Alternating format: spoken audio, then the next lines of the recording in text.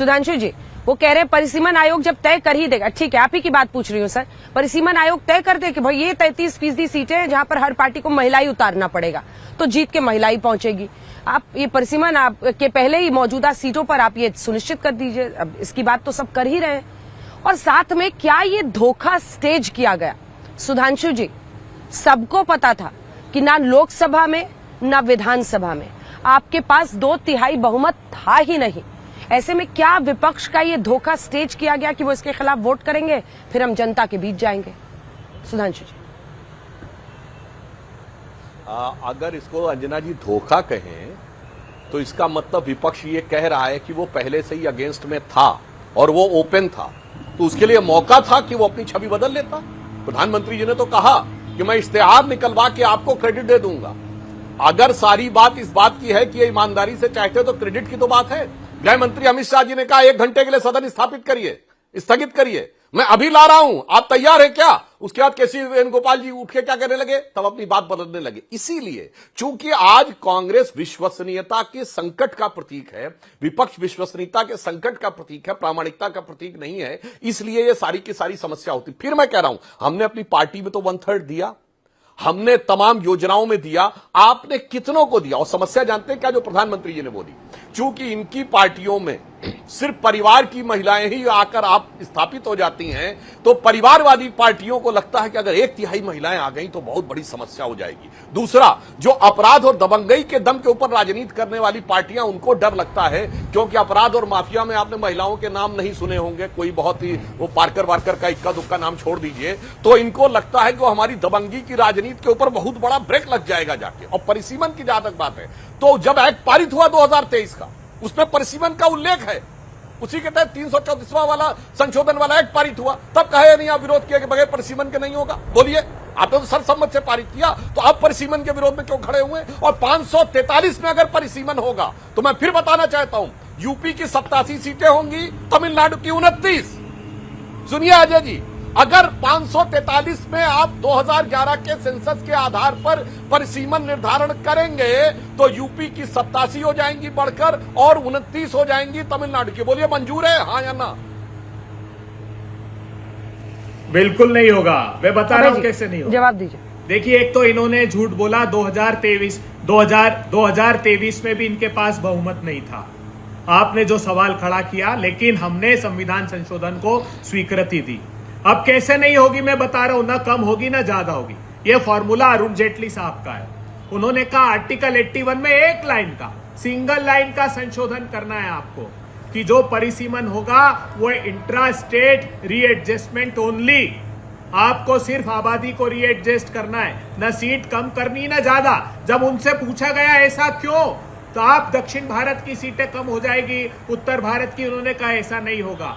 हम उन राज्यों को प्रोत्साहित करना चाहते हैं, उत्तर प्रदेश बिहार जैसे, जिनका अभी पॉपुलेशन रिप्लेसमेंट लेवल पर नहीं आया, फर्टिलिटी, तो हम उनको प्रोत्साहित करना चाहते हैं। इसलिए हम सिर्फ उन सीटों की संख्या को एडजस्ट। अभय जी एक सेकंड, अभय जी ठीक है, एक बार अभय जी और सुधांशु जी के साथ मुझे अभय जी एक सेकंड, आप जो ये इंट्रा स्टेट एडजस्टमेंट की बात कर रहे हैं, ठीक है, मान लीजिए आज तमिलनाडु में 39 सीटें हैं, 39 सीट्स, ठीक है, तो आप क्या कह रहे हैं कि 39 सीट्स में ही एक fixed quantity of voters consistent कर दिया जाए, है ना?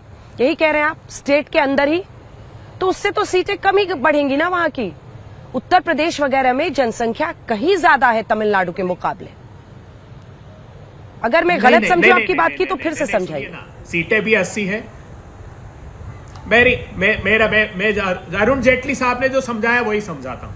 उनका कहना था कि अगर तमिलनाडु में 39 सीटें हैं तो कई कंस्टिट्यूएंसी में हो सकता है 20 लाख वोटर हो, कई कंस्टिट्यूएंसी में हो सकता है कि 10 लाख वोटर हो।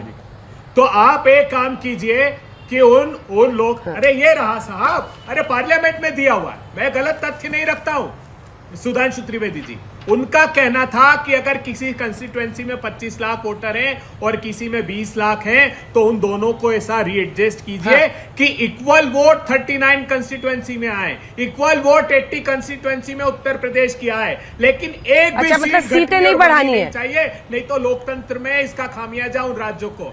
बिल्कुल नहीं बढ़ानी। ये मेरा नहीं फॉर्मूला है, ये इंदिरा जी का, ये अटल जी का, ये अरुण जेटली साहब का है, और बहुत अच्छे से अरुण जेटली ने एक्सप्लेन किया है। और प्रश्न और प्रतिप्रश्न जो हाउस में हुए उसका जवाब दिया उन्होंने, और उन्होंने कहा 26 मतलब अगली सेंसस होगी 31 के बाद इस पर विचार कीजिए। और अंजना जी, आखिरी बात कहना चाहता हूँ, देश के नागरिकों सुधांशु जी इसका स्पेसिफिक जवाब जल्दी से, वो ये कह रहा है, ठीक है पूरा कर लीजिए। हिंदुस्तान का हो रहा है, आबादी कम हो रही है जी, तो आबादी कम हो रही है, भविष्य ठीक है सुधांशु जी, आपको सीट वो ये कह रहे हैं कि सीटें उतनी ही रहेंगी, बस बराबरी कर दीजिए हर सीट में। ठीक है सर, ठीक है सर, जल्दी से। वो कह रहे हैं बस बराबरी कर दीजिए, वोटर का हर कंस्टिट्यूंसी में बराबर हो, सीटें उतनी ही वोट की पावर खत्म। पहली बात ये दूनी, एक बात ये लोकतंत्र के सिद्धांत के अनुरूप है क्या? वन मैन वन वोट, सबका पावर, वोट का पावर बराबर। आप कह रहे हैं वोट का पावर एडजस्ट कर दीजिए। ये यही जो इनके यहां बोला गया था कि जिस राज्य का जीएसडीपी ज्यादा है उसको वोट ज्यादा मिलना चाहिए, पावर, यही मतलब हुआ ना। तो तभी तो हमारे तेजस्वी सूर्या ने बोला था, फिर तो मुकेश अंबानी का 1 लाख का वोट होना चाहिए। फिर ऐसे सामाजिक वर्गों में भी देखिए तो फिर जैन समुदाय का सबसे ज्यादा वोट होना चाहिए, फिर पारसी समुदाय का सबसे ज्यादा वोट होना चाहिए। ये वाहियात तर्क आप लोग देने का प्रयास करते हैं। और मैं कहता हूं, अगर अरुण जेटली जी की बात करें तो एकदम स्पेसिफिक, अरुण जेटली जी नेता प्रतिपक्ष थे ना अभय जी, सरकार किसकी थी? आपकी क्यों नहीं लागू कर दिया बताइए?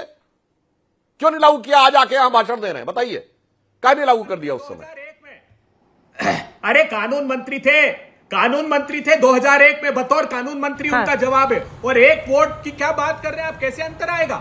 ये उन्होंने वेल डिफाइंड। अरे 2001 में तो हमने फिक्स ही कर दिया था, पहले 2001 में तो हमने कोई चेंज किया ही नहीं भाई। अरे नहीं साहब, क्या 2001 इसीलिए नहीं किया? और ये जवाब दिया ना जब चेंज, वो जो महिला आरक्षण विधेयक तो 98 और 99 अभय जी एक सेकंड, अभय जी एक आर्ग्यूमेंट मेरा भी सुनिए। अभय जी एक सेकंड, एक आर्ग्यूमेंट मेरा भी सुनिए। जितनी सीटें 50 करोड़ 60 करोड़ की आबादी में थी, उतने ही सांसद 145 करोड़ में भी रहे। आपको नहीं लगता है कि ये तर्क संगत नहीं है? अगर कम लोगों पर एक सांसद होंगे, अगर बेहतर प्रतिनिधित्व लोगों को मिलेगा तो उम्मीदें भी ज्यादा रहेंगी कि वो कुछ कर पाएंगे। एमपी लैड्स उसी हिसाब से बढ़ेगा, हर इलाके का विकास होगा। मतलब जितना 50 करोड़ 60 करोड़ पे सीटें थी, उतनी ही आज भी रखो 145 करोड़ पर। ये कौन सा तर्क हुआ? मलुक जी इसके बाद आ रही हूँ, सॉरी। बहुत अच्छा सवाल अंजना जी ने पूछा है, बहुत अच्छा सवाल पूछा है। मैं लोगों से कहता हूं, बाबा साहब अंबेडकर की संविधान सभा की बात सुनिए। उस युग में आजादी के समय उन्होंने अपर लिमिट कहा था कि 5 से 7.5 लाख तक एक कंस्टिट्यूएंसी के वोटर होंगे, और भविष्य के भारत में ये बढ़ेंगे। ये बात का जिक्र अरुण जेटली साहब ने भी किया है। आज अगर इफेक्टिवली वोट देखें, 60-70% वोट कास्ट होता है, तो 7, 8, 9, 10 लाख के आसपास ही वोट कास्ट होता है। ये कहा इंदिरा जी ने, अरुण जेटली जी ने, और आज हम कह रहे हैं कि साहब आप ये डिस्क्रिमिनेशन मत कीजिए, एक एक कंस्टिट्यूएंसी को ये एडजस्ट कर दीजिए। और ये अरुण जेटली ने कानून मंत्री होते हुए किया। जब 2001 में ये सवाल खड़ा किया तो उन्होंने 26 तक इसको बढ़ाया।